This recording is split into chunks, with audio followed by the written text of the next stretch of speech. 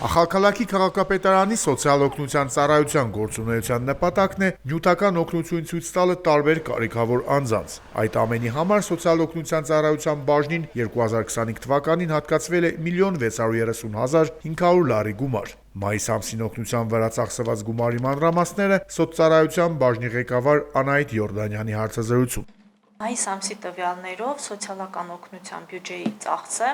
կազմում է 776.460 լարի եւ օգտվող շահառուների քանակը 1898 շահառու։ Ուրեմն օգնություն նորածինների ընտանիքին փաթեթից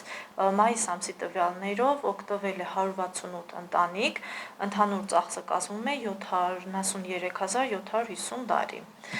Միանվագ օգնություն սոցիալապես անապահով ընտանիքներին եւ այլ սոցիալական խմբերին փաթեթից օգտվել է 936 ընտանիք, ընդհանուր ծախսը 346.400 լարի։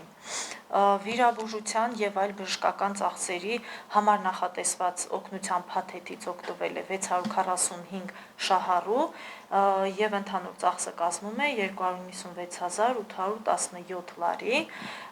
Փաթեթը դեղորայքների համար նախատեսված օգտվել է 65 շահառու, ընդհանուր ծախսը կազմել է 32.758 լարի։ Եվ վերջինը ֆինանսական օգնություն տարբեր սոցիալական խմբերի ուսանողների համար փաթեթն է, օգտվել է 78 ուսանող եւ ընդհանուր ծախսը կազմում է 22.835 լարի։